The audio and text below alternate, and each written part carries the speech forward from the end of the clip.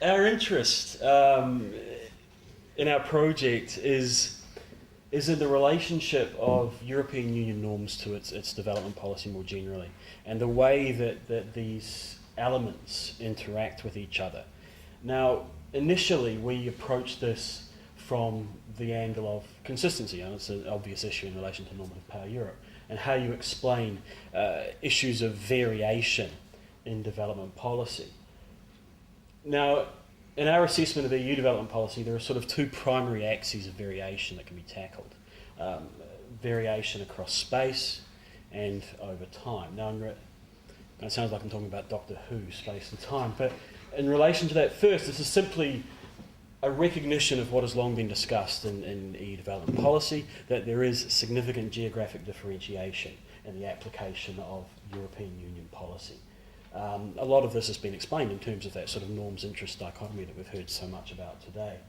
But our interest in our project is in the other of these two axes, in variation in policy over time. And the way we are approaching this is from sort of a very basic observation that while there has been a relative stability in the EU's normative framework and that core set of norms that we see as underpinning normative power Europe, there has been significant and indeed often radical change in the development policy of the EU over the full span of its existence since the early association articles under the Treaty of Rome of 1957. And the way we are conceiving this at the moment is as a process of filtering. That EU norms find their way into EU development policy through the mechanism of a largely externally derived filter, that is development theory. So we're looking at the influence of external conceptualizations of development on the application of EU norms to EU policy. Now, in terms of the normative framework, our assumptions about the normative framework, we've taken our cue very much from the extant literature on normative power Europe, on ideals, values, identity. So obviously manners, but also theorists like Weiler and so on talking about foundational ideals. But what we've tried to do, given that we are dealing with the issue of change over time, is to distill these down into very basic elements that we think are traceable back to the debates and the treaties leading up to and including the Treaty of Rome. So as you see that list that we've got there, which is still very much in flux, is sort of firmly rooted, I guess, in the EU's Enlightenment humanist legacy. It's very much has as its basis a sort of a human focus, which is obviously of relevance to a topic on development policy. Where we disagree, most obviously with someone like Manners, is on the principle of sustainable development.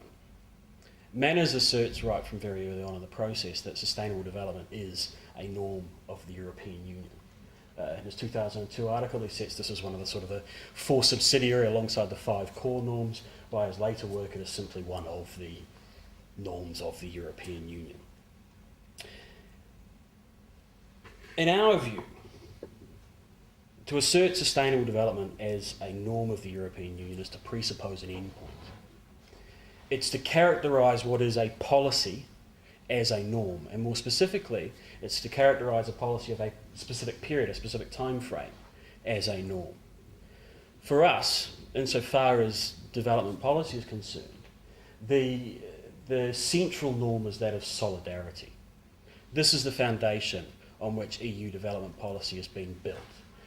Solidarity is, we would argue, a constitutive norm of the European Union in a way that sustainable development isn't. Sustainable development is a policy application of a range of norms. And what solidarity does is it takes that package, that framework of EU norms, and says not only do these apply within Europe, but these apply beyond the borders of Europe. It tries to universalise their application. And in so doing, it sets up something of a moral or an ethical obligation on the part of EU for action in the sphere of development. And we see that sort of idea of a human focus and a need to promote development out of a sense of solidarity with the sort of the broader panoply of humankind from really early on in the EU's deliberations over development policy. Now, in terms of our basic approach, as I say, we're still very much in process at the moment. We've been examining in detail a lot of the sort of the core materials relevant to EU development policy, so treaties of European integration, but also agreements with other states and actors, policy documents, Commission communications, strategies, speeches and statements from commissioners and senior officials relevant to the field of development policy from that period of the Treaty of Rome 1957 right through to the present day. And we've been examining that alongside and in the context of the evolution and development theorising over roughly the same period, well, from slightly earlier, from the birth of the development age at the end of the Second World War, subsequent to the Truman Declaration and so on, again right through to the present day. And what we see when we look at that body of work is development theory acting very much as a filter standing between norms and European development policy. So, for example, in the early period, the sort of first couple of decades after the Articles of Association under the Treaty of Rome, we see no real EU conception of what development is. So this sort of again goes back to disagreeing with Manner's ideal of a sustainable development norm. We see no conception within the EU of what development is per se. What we do see is a constant reiteration of some kind of underpinning human focus and this sense of solidarity with the rest of the world. And that absence of an EU conception, an endogenously grown conception of development, by which it could insert its own sort of normative framework into its relations with the developing world, meant that its policy was heavily filtered by these external debates. So, for example, in the transition from the Association Articles through the two Yaoundé Conventions of 1963 and 1969 and on to the Lomé Convention, the first of the Lomé Conventions, signed in 1974, coming into force in 1975. We see these external conceptualizations of development, this external body of development theory, acting as something of a push-me-pull-you on EU policy and the EU approach. And in particular, two pillars within that external debate: modernisation theory on the one hand, the earlier model coming through from economic growth theory in the beginning of the 1950s, and dependency theory on the other, which builds its critique of modernisation on earlier discussions by Latin American structuralists and neo-Marxists such as Paul Barron and so on and so forth. And these are two competing ideals of what development is about and paths to achieve development. And what we see in the EU in this period is it getting pulled back and forth between these two and trying to both define its policy and discuss its policy. So in discursive terms, we see suddenly, as dependency comes up and popularises that critique of modernisation as perpetuating dependency, we see European discourse suddenly talking about independence and the need to follow through on their development policy approach in order to promote the economic independence of its partner states, and also at the same time somewhat snippily dismissing criticisms as based on a complete misunderstanding of its own approach. But by the time we get to Lomé, you see a sudden sort of change, not just in discourse, but in the nature of the development arrangements. And we see that, so the EU in that period getting pulled back and forth between those. So what we're saying is that in that period, for example, development theory is effectively defining the debate within Europe, and it's narrowing the range of possible actions open to the Europeans to a fairly narrow set. And at this stage they were largely economic actions. So it was all about industrialisation and catch-up and the generation and application of capital to foster that process of catch-up and economic take-off. And most of the EU's norms in this period remain essentially irrelevant. They don't come in.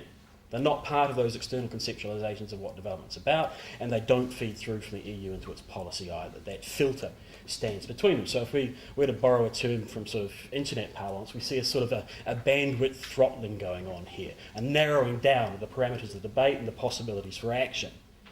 Now, over time, as development theory has evolved, more EU norms have come into play in its policy. More of them have found their way into the actual application of EU policy.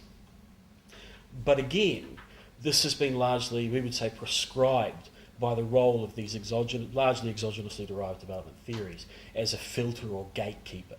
So when they appear in these external debates, then they flow through from the EU's norms into its policy. The gateway is opened and they're able to make their way through.